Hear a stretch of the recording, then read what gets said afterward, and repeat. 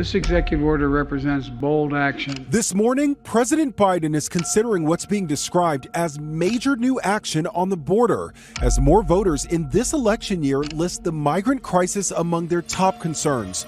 So let me be clear. My team has been at the table for weeks now. A White House official confirmed executive action from the president would place new restrictions on asylum seekers. Bar migrants from seeking asylum if they cross between U.S. ports of entry. I love all the border, and I'm ready to act.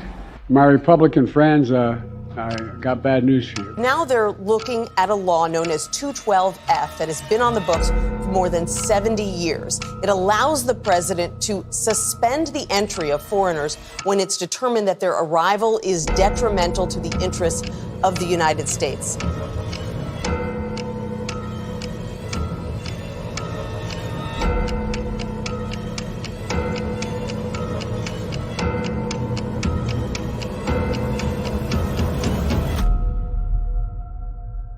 And the move is reminiscent of a similar move made by President Trump during his presidency. The new action, if taken by the president, could put him at odds with his own party. Some Democrats compare such a crackdown to Trump-era policies. But critics say the influx of migrants, which includes a growing number of people from China and other countries, poses a national security risk. Progressives and immigration advocates are pushing back on these possible measures. Bronx Congresswoman Alexandria Ocasio-Cortez wrote on Twitter, quote, "Doing Trump impressions isn't how we beat Trump. Seeking asylum is a legal right of all people. In the face of authoritarian threats, we should not buckle on our principles. We should commit to them. The mere suggestion is outrageous, and the president should refuse to sign it." A border shutdown in El Paso, Texas, as hundreds force their way onto the Paso del Norte International Bridge. Men, women, and children pushing Mexican soldiers out of the way in an attempt to enter the U.S. Customs and Border Protection responding with barricades and additional officers to stop the migrants. The crowd including migrants from Venezuela seeking asylum. This is not the first time a large group arrives this way at the port of entry. In 2018, members of a migrant caravan attempted to force their way through the San Isidro port of entry in San Diego. Border there shut down temporarily as the migrants were stopped, the incident forcing officials to tighten security. But the border in that region still strained. There's never been a border in the history of the world that's looked anything like this tragedy. It's a tragedy. And he can shut it down. All he has to do is say, close the border. We got to get our country straight. Mr. Trump condemning in a flurry of Truth Social posts over the weekend, there will be major terror attacks if migrants continue to come in. This morning, NBC News learning the president is considering a shift to crack down at the border. I'd shut down the border right now and fix it quickly. This is a big development, especially for a Democratic administration. And officials are considering it because of the record numbers of migrant crossings over the past few years. 2.4 million migrants apprehended at the border just in the past fiscal year. Giving you a look at what the border wall looks like right here in Lukeville. You can see the sections of lines that go down about the length of a football field. I mean, this is easily around 1,000 people, and there were more earlier. And so now they're looking at a law known as 212F that has been on the books for more than 70 years. It allows the president to suspend the entry of foreigners when it's determined that their arrival is detrimental to the interests of the United States. Now, if that sounds familiar, it's because the Trump White House used that same law to justify an attempted ban on visitors from some Muslim-majority countries. That faced legal challenges, and this almost certainly would again. So why would Mr. Biden attempt it then? Well, because he's gotten an earful from Democratic governors and mayors who say their cities are inundated by new migrants. He does not poll well on this issue, and it is an election year.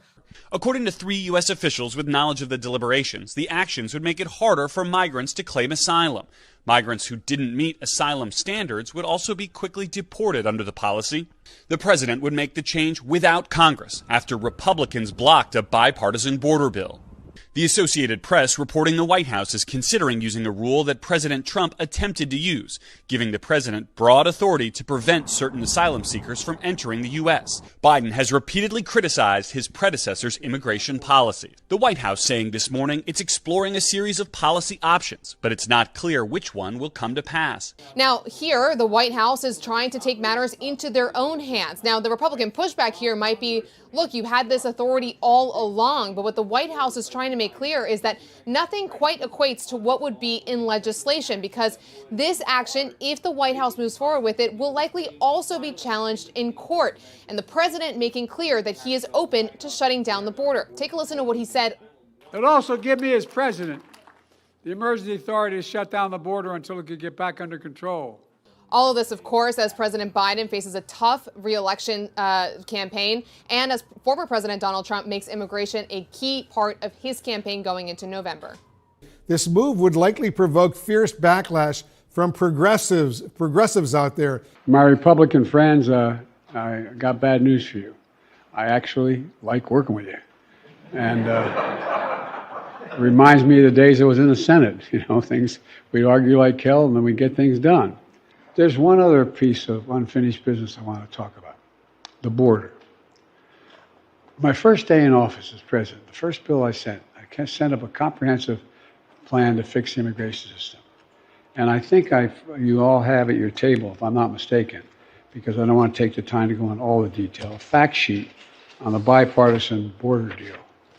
And it's titled Fact Sheet, Impact of Bipartisan Border Deal on Funding Border Operations. And it lays out all the things that it does, that compromise.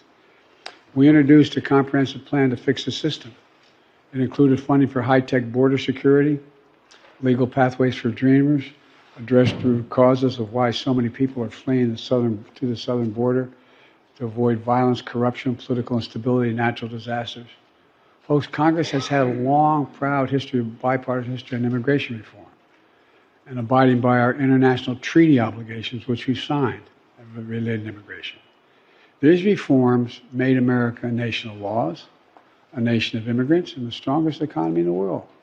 But something changed. Over time, our laws and our resources haven't kept up with our immigration system, and it's broken. And our politics has failed to fix it. That's why months ago I instructed my team to begin a series of negotiations in a bipartisan group of senators, Democrats led by a very conservative Republican who did a hell of a job, to fix our immigration system. I provided each of you, as I said, a fact sheet with the details of that bipartisan deal. The bipartisan agreement represents the most fair and humane reforms in a long time. I didn't get everything I wanted in it. It also includes the toughest set of reforms to secure the border ever in history. The Border Patrol chief himself said, we need more people. We need more agents on the line. Our bipartisan bill got the Border Patrol agents they need. It funds and hires 1,500 more agents and officers, 100 more immigration judges, 4,300 more asylum officers to get asylum decisions in months instead of years. Right now, they come through the border on asylum. They're not able to see an asylum officer. They get a bracelet and they get put in the country and they come back in 7 years. Come back in 7 years when we're able to hear your case. Provides more cutting-edge inspection machines to detect and stop fentanyl getting across the border. It funds what many of you governors need to help shelter migrants as a win for the future of the American people and a win for your states. But then, as we all know, petty politics intervened. The Speaker of the House has refused to vote on the bill, even though, again, there's significant support. Every Republican I've talked to your Republican colleagues. There are the votes on that floor to pass that bill.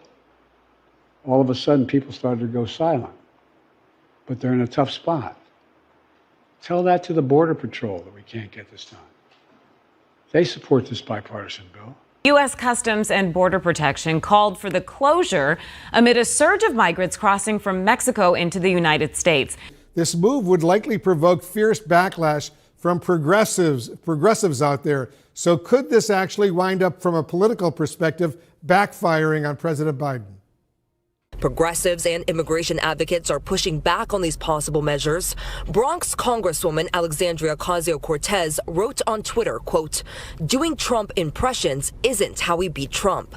Seeking asylum is a legal right of all people. In the face of authoritarian threats, we should not buckle on our principles. We should commit to them. The mere suggestion is outrageous, and the president should refuse to sign it." This news is also receiving pushback from progressives and immigration advocates. Over 178,000 migrants have come to New York City. That is the number of migrants who have come to New York City since the spring of 2022. Deputy Mayor Ann Williams Isom says that the city is still currently caring for around 65,000 migrants, so they are looking to make additional 10% cuts to migrant services on top of the previous 20% cuts to services they made earlier this year.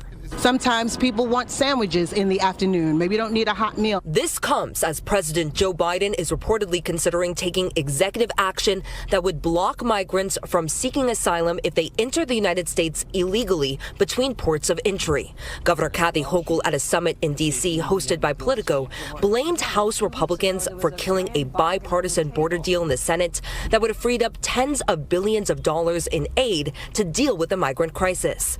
But Hochul said in light of inaction by Congress, Biden had to step up. To think that a state like New York or even the United States of America can house everybody who wants to come because of economic circumstances really creates a problem for us. This executive action, if implemented, would almost certainly face lawsuits and is similar to action taken by former President Donald Trump.